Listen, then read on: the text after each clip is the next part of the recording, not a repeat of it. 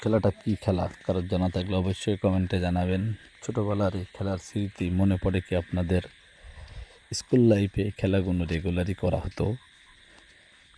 দিন যায়, সময় পার হয়ে যায়, স্মৃতিগুলো রয়ে যায়।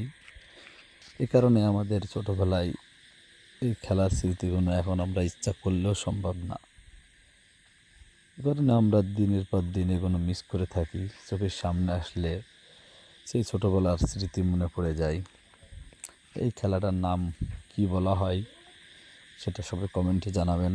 গ্রামাঞ্চলে এই খেলাগুলো নিয়মিতই দেখা যায়, কিন্তু বছর কেন্দ্রিক স্বাধীনতা অনুষ্ঠানে এই খেলাটাই যেন বাধ্যতামূলক, না হলে এই জন্য পূর্ণতা পায় না।